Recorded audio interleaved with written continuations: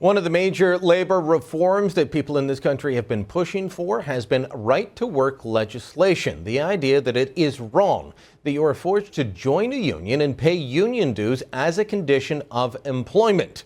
Well, right-to-work laws have been gaining in popularity south of the border. They've also helped spur economic growth, even while being contentious. Ben Shapiro follows all things political south of the border, joins us now. And Ben, Wisconsin, I guess, was ground central for this argument over the last little while. It's not the only place, but it was the central focal point, wasn't it? Yeah, it certainly was. Governor Scott Walker was a big backer of right-to-work law in the state of Wisconsin. Now, it really only applied to teachers. It didn't apply to cops and firefighters. The idea was that teachers would be able to actually opt out of the union and then still work in the public school system. The teachers' unions fought it so hard that they actually went and occupied the state capitol. Democrat legislators actually ran from the state of Wisconsin to the neighboring state of Illinois in an attempt to prevent quorum from being met to vote on the law. Eventually, they had to come back. Eventually, the law was passed. Then the unions tried to recall Scott Walker. They failed dramatically after spending millions and millions and millions of dollars in an attempt to get Walker out of office. It shows a couple things. First of all, the economy of Wisconsin has really been booming since the passage of right to work.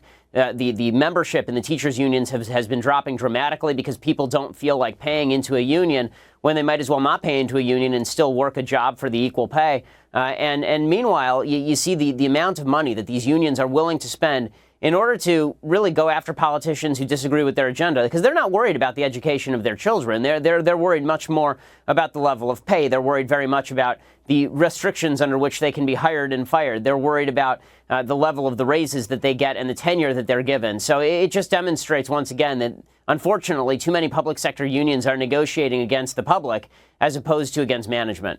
Look, I think that teachers' unions in Canada and the U.S. have the same issue going on. One, you must belong to the union in order just to keep your job.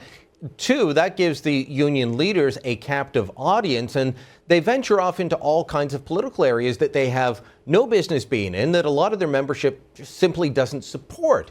And so that's why I think you saw people running away. If the teachers' unions had kept to spending on matters related to their contract, related to the workplace, making sure that people weren't fired for unjust cause, all the old-fashioned causes that unions claimed they were fighting for, they wouldn't have seen the exodus, they wouldn't have seen the public support. But it's the millions and millions and millions of dollars that they spend on partisan political advertising and campaigning that turns people off and turns them against the teachers' union, if not the individual teachers. 100% true. Plus, you have the problem of public sector unions in general negotiating against people who are really not on the other side of the table. I mean, when you look at private sector unions sort of recognize that they're bargaining against their employer. And that means that if their employer goes bankrupt, they go bankrupt. So at least there's a common interest, supposedly, in the company not going bankrupt. When you have public sector union workers and they are bargaining against actually people they helped elect, right? They elect people like Governor Jerry Brown in California by spending billions of dollars.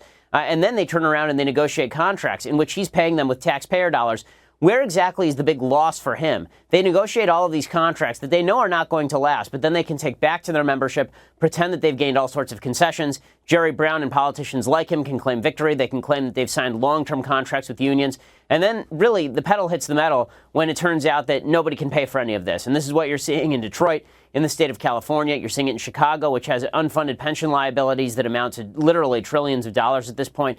You know, the continuation of spending at levels that are simply unsustainable is largely an effect of the corrupt system whereby public sector unions spend a vast amount of money to elect politicians, and then they negotiate with those same politicians to spend money that nobody actually has. Now, over the years, there have been essentially clamps put on or restrictions put on private sector businesses as well in terms of union membership, that unions would get final say. I think of the auto companies and just look at Detroit, but there have been contracts where the union could say whether someone would be fired or not. These increasing regulatory schemes brought about by union contracts and then laws that back them up, those help drive down the competitiveness of areas. States that have brought in right to work, how have they seen that turn around?